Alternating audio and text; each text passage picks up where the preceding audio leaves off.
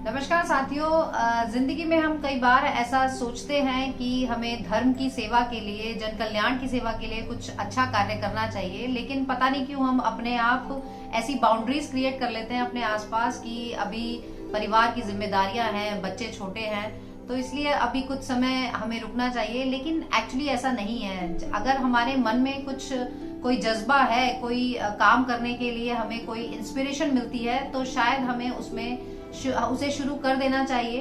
क्योंकि ऐसी ही इंस्पिरेशन हमें मिली गुरविंदर सलूजा जी से, जो आई एम श्योर ऋषिकेश में रहने वाले कई लोग उन्हें जानते होंगे।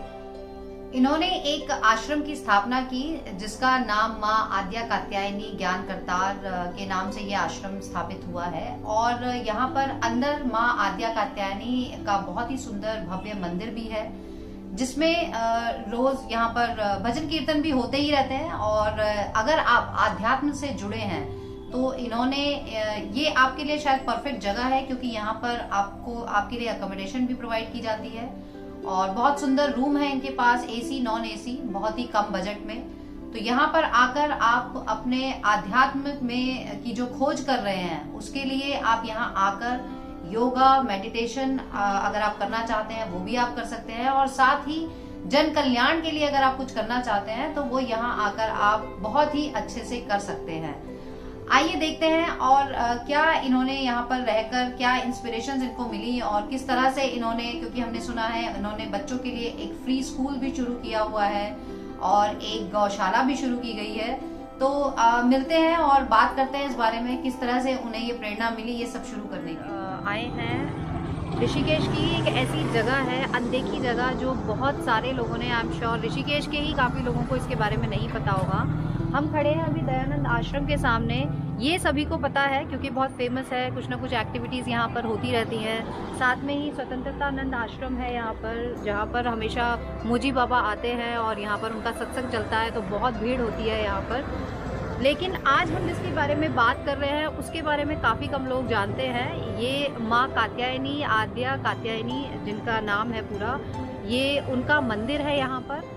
ये छतरपुर मंदिर में जो आद्या कात्यायनी माता हैं उन्हीं का एक रूप यहाँ पर है, और आज उसी के बारे में हम जानेंगे कि और क्या है यहाँ पर उससे रिलेटेड।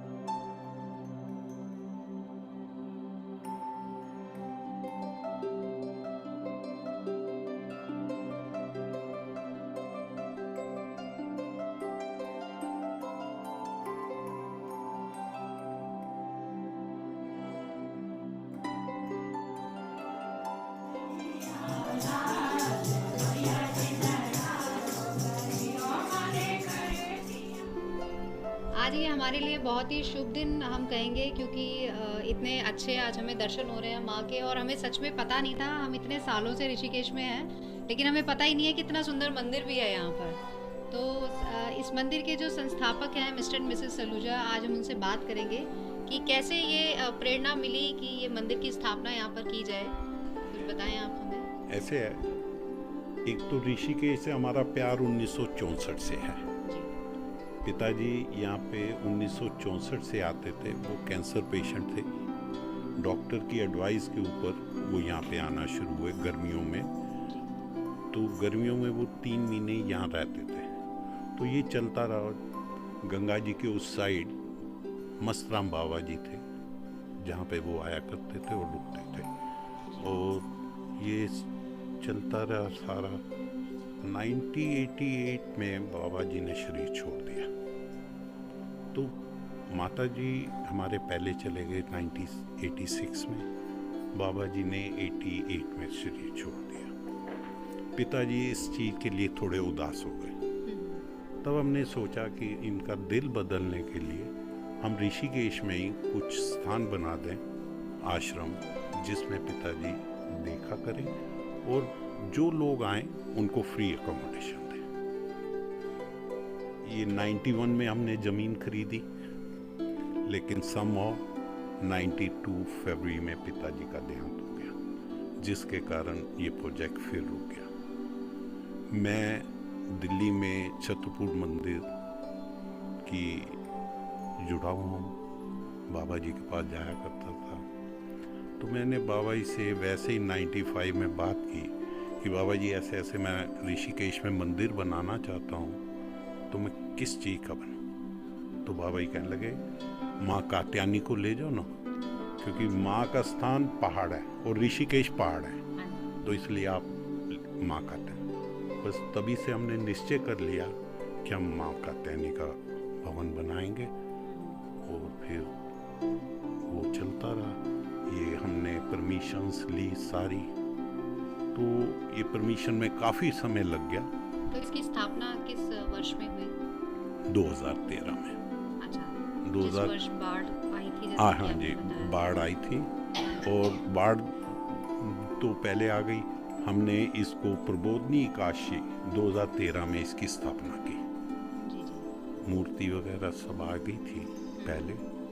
जो सर ने भी हमें ये बात भी बताई थी कि 2013 में जब यहाँ बाढ़ आई थी तो आसपास सारी जगह पर पूरा पानी और रेत के टीले लग गए थे, लेकिन इस मंदिर में एक बूंद पानी तक नहीं आया था। तो ये माँ की शक्ति ही है कि पानी नहीं, इसके पीछे जो लोग रहते हैं, इन्होंने मुझे दिल्ली में फ़ोन किया था कि आपका मंदिर में पानी नहीं है, तो हम यहाँ पे थोड़े दिन रुक जाएं, जिससे कि हमारा थोड़ा, क्योंकि उन सब लोगों के घरों में पानी था। तो मैंने कहा ठीक है। तो ये बिल्कुल माँ की शक्ति है। हमारे इस साइड सामने पीछे सब जगह पानी था, लेकिन इस मंदिर में, इस आश्रम में बिल्कुल पानी नहीं है। तो ये फिर हमने 2013 में प्रबोधनी काशी वाले दिन माँ की स्थापना की, और फिर तब से हम इसको चलते चलते, फिर जब हम यहाँ आने लगे तो 2015 में मैंने देखा कि बच्चे सुबह के टाइम, जिस टाइम स्कूल का टाइम होता है, उस समय स्कूल में ना जाके ऐसे सड़कों पे घूमते हैं। तो मैंने उनसे पूछा, मैंने उनके माँ बाप को बुलाया कि आप इनको स्कूल क्यों नहीं भेजते? तो उन्होंने कहा कि हमारे पास पैसे नहीं हैं कि हम इनके स्कूल की फीस, ड्रेस, किताबों का खर्चा बेयर कर सकें। तब हमारी संस्था ने ये निश्चय किया कि हम एक स्कूल बनाएंगे यहाँ, जो बिल्कुल फ्री होगा, बच्चों को फ्री एजुकेशन देंगे, उनको और भी जो बुक्स हैं, ड्रेस है, दोपहर का खाना है, ये सब फ्री देंगे। तो हमने ज़मीन ली, फिर उसके ऊपर कंस्ट्रक्शन की।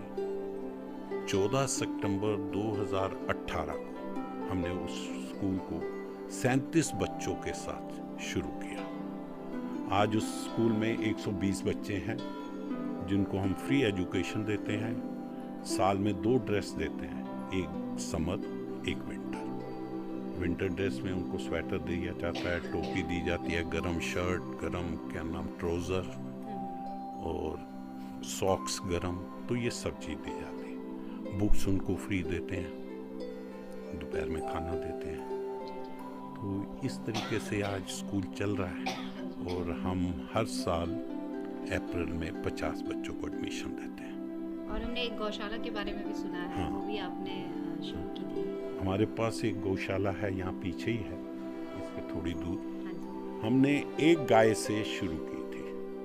आज हमारे पास 11 गाय है, और उसका दूध वो भी अचानक से ऐसे ही मन में आया कि गौशाला बनाए, या वो भी दिल्ली से प्रेरणा मेरी मंदिर से ही। वहाँ मंदिर जो ट्रस्टी थे, उन्होंने कहा सलूजा जी आप वहाँ गौशाला, और पहली गौ जो आई वो भी दिल्ली से आई। अच्छा। हाँ, मंदिर से ही आई, और वो आज भी हमारे पास है। हाँ, छतरपुर मंदिर, वो आज भी हमारे पास है। तो इस तरीके से ये गौशाला बनाई। बहुत अच्छा काम किया है आपने, और बहुत ही सहयोग है। हाँ। मैम का भी बहुत सहयोग रहा होगा इसमें। सारा सहयोग है जी। इनके बिना मैं तो अधूरा हूँ। ये संगत जितनी है, ये सबका वो तो सहयोग तो है ही है, उसको मैनेज भी मैडम ही करती है, मैं तो नहीं देखता। तो बहुत अच्छी बात है। ये बहुत, देखिए पेरेंट मतलब मेरे को इनका सहयोग तो है ही है, मेरे बच्चों का भी सहयोग है। मेरे बच्चे आज तक मुझे ये नहीं कहते कि आप वहाँ पे क्यों लेके जा रहे हैं, किस लिए लेके जा रहे हैं, खर्चा क्यों कर रहे हैं, कितना कर रहे हैं, ये नहीं आज तक नहीं कहा। बल्कि उसके ऊपर वो भी हर साल 2 चेक देते हैं कि ये मेरी तरफ से डिपॉजिट करा। तो ये बिना सहयोग के, भाई बहनों का सहयोग मुझे बहुत है। जो मेरे पुराने दोस्त थे कॉलेज स्कूल के टाइम के, जिनको आज ये पता लगता है कि मैं ये काम कर रहा हूँ, वो मुझे, कई लोग बाहर भी चले गए हैं, ऐसे भी लोग हैं जो मुझे बाहर से भी कहते हैं कि हमारे से जो बने वो, तो वो करते हैं सेवा। बहुत अच्छी बात है। और इसी तरह से अगर कोई भी इस मंदिर के लिए कोई अपना सहयोग देना चाहे या अपने पूर्वजों के नाम पर कोई यहाँ पर पूजा पाठ या कुछ भंडारा वगैरह कराना चाहें, तो उसके लिए हमने डिस्क्रिप्शन बॉक्स में सारी डिटेल्स आपको दी हैं, वो आप अमाउंट उसमें डिपॉजिट कर सकते हैं। और सलूजा जी की भी हम उसमें सारी डिटेल्स देंगे, तो आप डायरेक्ट कांटेक्ट भी कर सकते हैं।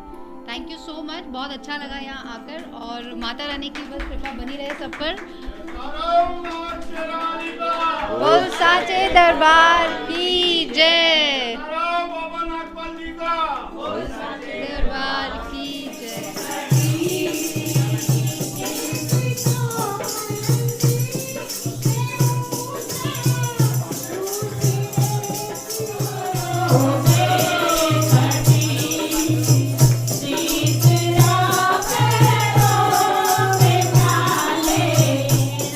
स्कूल के आजकल वैसे हम बच्चों को तो बुला नहीं रहे, हाँ, अभी तो कोई भी स्कूल खुले ही बच्चों नहीं है। के अब ऑनलाइन हम इसलिए नहीं कर सकते कि हमारे बच्चों के ऐसे रिसोर्सेज नहीं है। Exactly. तो बच्चों के पेरेंट्स को 120 बच्चों को हमने 2 ग्रुप में बांट दिया। अच्छा, 60 बच्चे एक दिन, 60 बच्चे एक दिन। 60 बच्चे मंडे को आते हैं और उनको तीनों सब्जेक्ट के होमवर्क दे देते हैं, तीनों नोटबुक में। जो सोमवार को लेके जाते हैं वो थर्सडे को वापस आते हैं, होमवर्क दे जाते हैं, और थर्सडे को दूसरा सेट ऑफ बुक नोटबुक है जिसमें उनको नेक्स्ट टाइम के लिए काम दे दिया जाता है। इसी तरीके से ट्यूसडे को आते हैं, वो फ्राइडे को होमवर्क करके लाते हैं, फिर फ्राइडे को दिया जाता है तो वो ट्यूसडे को लाते हैं। तो इस तरीके से उनके पेरेंट्स को बुलाते हैं, बच्चों को नहीं बुलाते। उनके पेरेंट्स आते हैं, पेरेंट्स को हम ये देते हैं क्या नाम होमवर्क, और जब वो लेके आते हैं, बाहर हमने डेस्क रखे हुए हैं क्लास वाइज, उसके ऊपर वो रखते हैं। फिर उनकी नोटबुक को सैनिटाइज करते हैं, फिर टीचर्स उसको चेक करते हैं। ये बहुत अच्छा इनफैक्ट आपने किया हुआ है, क्योंकि हम जैसे कि अगर हम देखें, हमारे बच्चे भी जिन स्कूल्स में हैं, बड़े से बड़े स्कूल्स हमने देखे हैं, वहाँ पर इतनी अच्छी व्यवस्था नहीं की गई है। क्योंकि ऑनलाइन क्लासेस ठीक है, उन्हें ये लगा कि शायद सबके पास रिसोर्सेज हैं, बट हाँ। ऐसा नहीं है। बड़े स्कूल्स में पढ़ने वाले बच्चों के पास भी हाँ, काफी नेटवर्क ऐसी की बहुत problems हैं। प्रॉब्लम है। नेटवर्क भी है कई बच्चों के पास, क्योंकि हमने तो पहले भी इस बारे में बात की थी कि मोबाइल ज्यादातर बच्चों को नहीं यूज करना नहीं चाहिए। यूज करना चाहिए। तो ये जो आपने जो मेथड अपनाया है बहुत ही अच्छा है, और आई थिंक कि बड़े स्कूल्स को ये चीज़ें इसी तरह से फॉलो करनी चाहिए और उन्हें भी सीखना चाहिए कि इस तरीके से भी किया जा सकता है। मेरे